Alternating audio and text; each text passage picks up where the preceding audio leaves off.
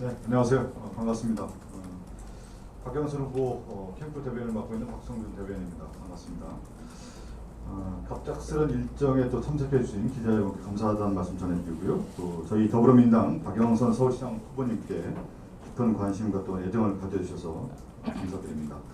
오늘 기자회견은 후보님께서 회견문을 발표하신 다음에 기자 질문을 받도록 하겠습니다. 후보님의 입장을 충분히 들은 뒤에 자연스럽게 문답을 이어가도록 하겠습니다. 그럼 더불어민주당 박영선 서울시장 후보님께서 기자회견문을 발표하겠습니다. 네.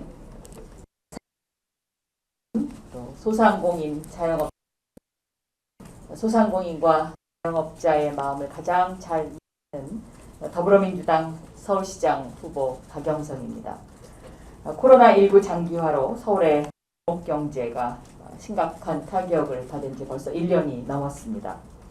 최근 들어서 제가 골목골목을 다녀보니까 매출이 조금 회복세를 보이고 합니다마는 누적된 피로감으로 소상공인 자영업자 여러분들의 한숨을 듣게 돼서 저도 마음이 먹먹해지고 있습니다. 이 정부의 코로나19 방역 조치는 국민의 생명과 안전을 지키기 위한 국가적 대응으로 우리는 이를 더욱 그렇습니다. 사회재난의 비용을 고스란히 감당하고 있는 소상공인 자영업자의 한숨을 조금이라도 덜어드리기 위해서 착한 임대인 화끈 지원 제도를 실시하겠습니다. 소상공인과 자영업자 여러분이 가장 큰 고통을 겪고 있는 것 중에 하나를 꼽으라고 하면 대부분 다 바로 임대료 부담 문제를 말씀하십니다.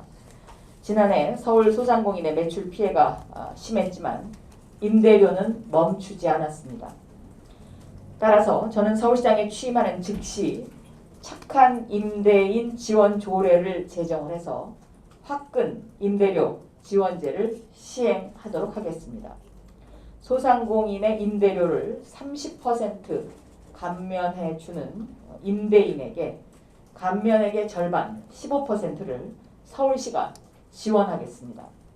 서울시에 화끈 임대료 지원을 신청하는 임대인은 감면 임대료의 절반을 지원받는 동시에 정부가 하고 있는 착한 임대인 세액공제 즉 50에서 70%까지도 적용을 받을 수가 있게 됩니다.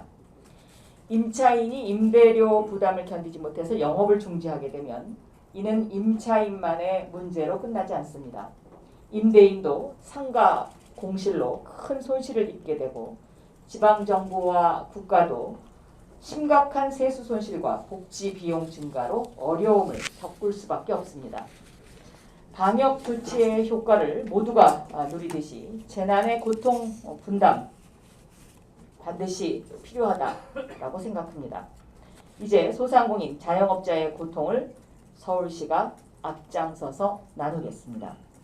임차인, 임대인 서울시가 함께 손을 잡고 골목 상권을 세우고 또 지켜내야 합니다. 이미 국회에 임대료 멈춤법 등 임차인의 임대료 고통을 분담하기 위한 방안들이 제출되어 있습니다마는 그 전에 선도적으로 서울시가 화끈 임대료 지원 제도를 도입해서 사회적 연대의 상징적 모델을 만들도록 하겠습니다. 서울시가 방패막이가 돼서 소상공인 자영업자의 위기를 극복하고 재난이 약자에게 더 힘들지 않도록 보호하겠습니다. 정부가 곧 4차 재난지원금을 지급합니다.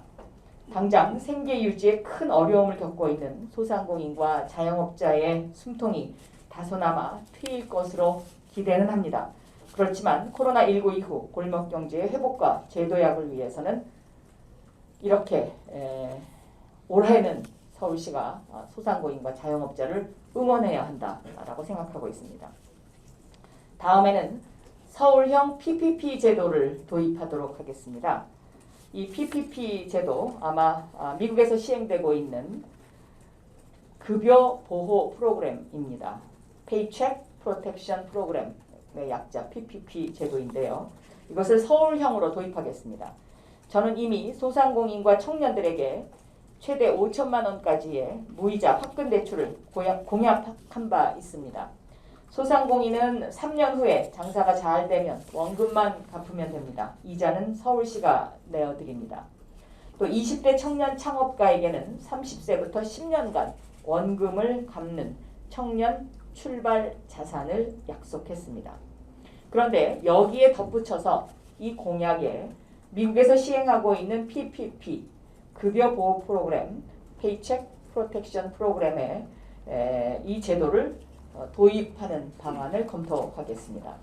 소상공인과 청년 창업자들이 이 5천만 원의 대출금을 노동자 급여에 사용하는 경우에 일정 기간 상환을 면제하는 방법입니다. 코로나19가 장기화되고 있는 상황에서 소상공인, 청년 창업자들이 위기를 극복하는 데 관건은 바로 고정비용 감내 여부에 달려 있습니다. 또한 이렇게 노동자 급여를 사용을 하게 되면 일자리도 서울시가 함께 지켜드릴 수가 있습니다. 위기를 극복하는 데는 담대한 대책이 필요합니다. 또 모든 구성원이 공정하다고 느낄 수 있는 대책이어야 합니다.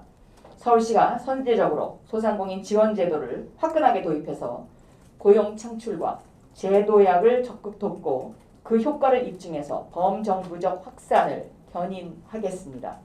무너져 내린 서울의 골목경제 회생과 재도약을 이루겠습니다. 합니다. 박영선 감사합니다. 네. 화끈 임대료 지원 제도를 도입하겠다. 그리고 그동안에 소상공인 무주택자 청년에게 무이자 화끈 대출을 얘기했는데 더 나아가서 서울형 PPP 제도를 제안을 했습니다. 이어서 기자분들의 좀 질문을 좀 받도록 하겠습니다. 손을 들어주시겠습니까?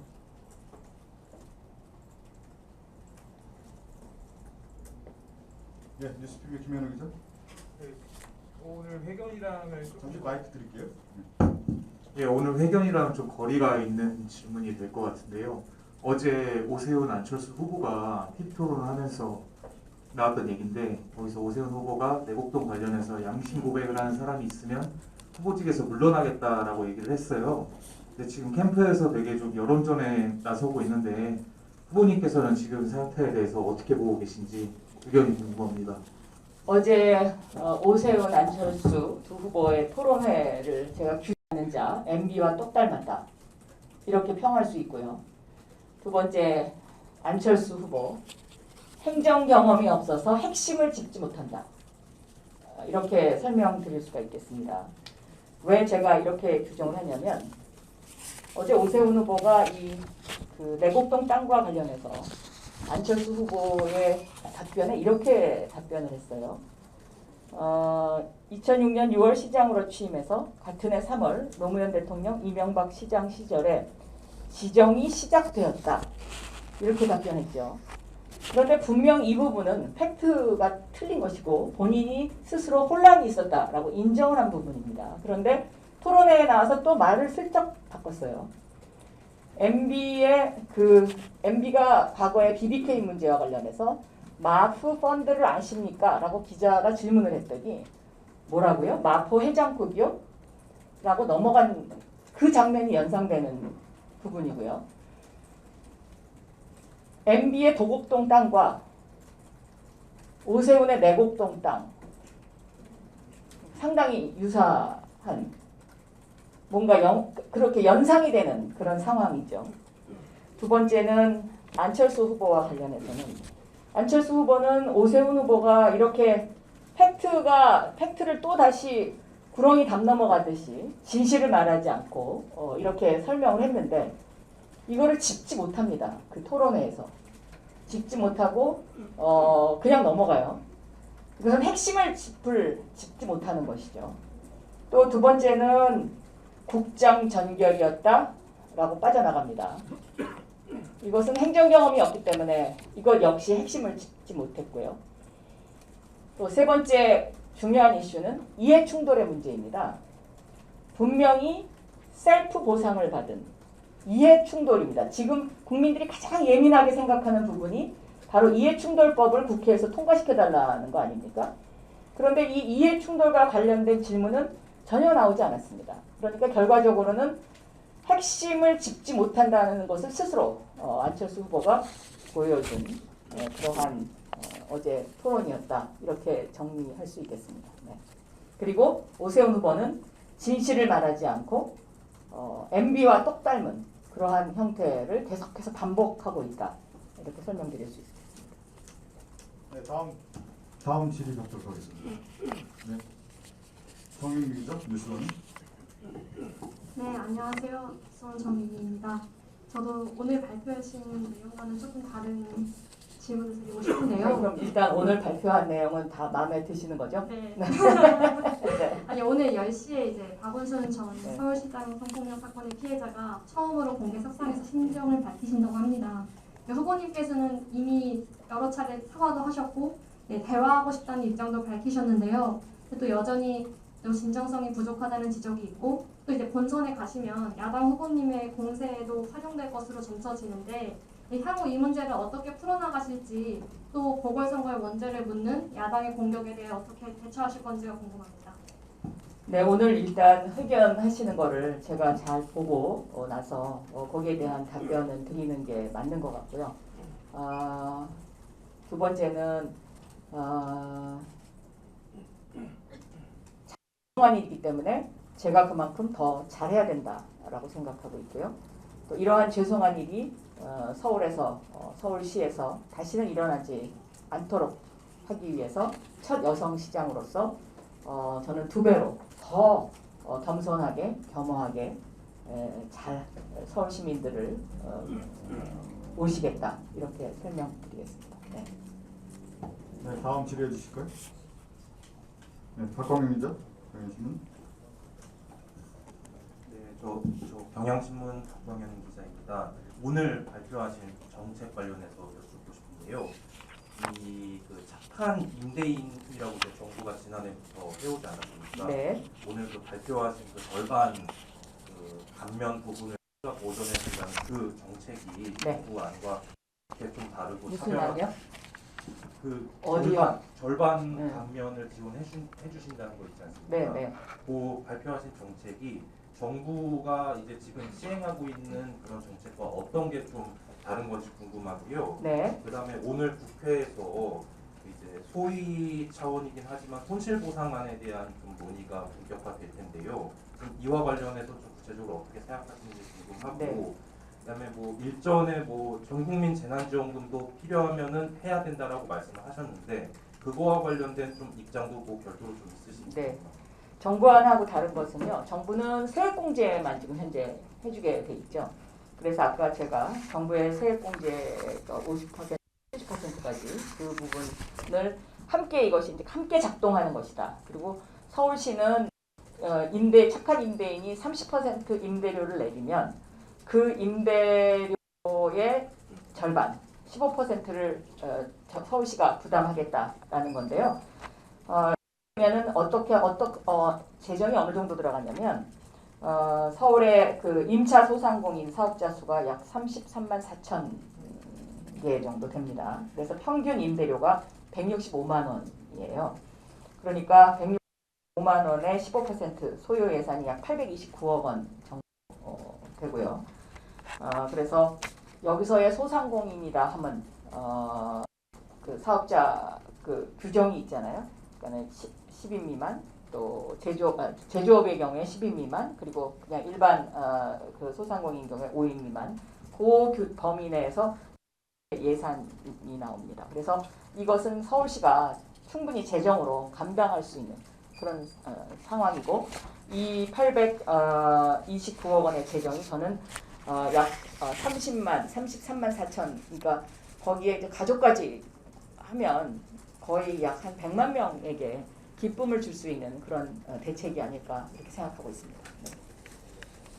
그다음에 또 뭐 손실보상제, 그 국회에서 오늘 논의를 지켜봐야 되겠지만 코로나19라는 것은 천재지변과 가까운 같은 그런 그 아주 충격적인 경제에 그 충격을 준 것이기 때문에 저는 이 손실보상제와 관련해서는 소급 적용을 검토하는 것도 바람직하지 않나 이렇게 생각을 하고 있고요. 그다음에 보편적 제한 지역과 관련해서는 제가 지금 계속해서 통계 수치를 모니터링하고 있습니다. 받겠습니다. 네, MBN 주진희 기자. 그 후보님께서 제안하신 특검이 결국은 야당이 받아들였습니다. 앞으로 이거에 대한 입장이랑 좀 어떻게 보시는지 부탁드립니다. 제가 특검을 제안하면요. 일단 야당이 그 법적으로 할 수 없는 검찰 수사를 계속 주장을 하기 때문에 균형을 잡기 위한 것이었고요. 두 번째는 이번 기회에 과거부터 내려오던 적폐와 같은 이런 공직자의 공직을 이용한 투기 이걸 청소해야 된다라고 생각했기 때문에 특검을 제안한 것입니다. 그런데 어제도 제가 말씀드렸지만 야당이 늦게 받았습니다. 왜 늦게 받았느냐?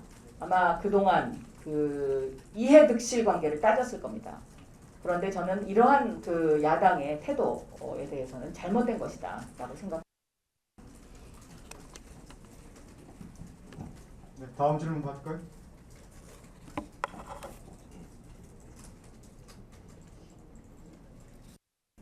네, 없으면 네. 네, 여기서 마치도록 하겠습니다. 네. 후보님 네, 하실 말씀 없으시면 읽겠습니다. 네, 기자 감사합니다. 네, 감사합니다. 이상으로 기자회견을 모두 마치도록 하겠습니다. 감사합니다.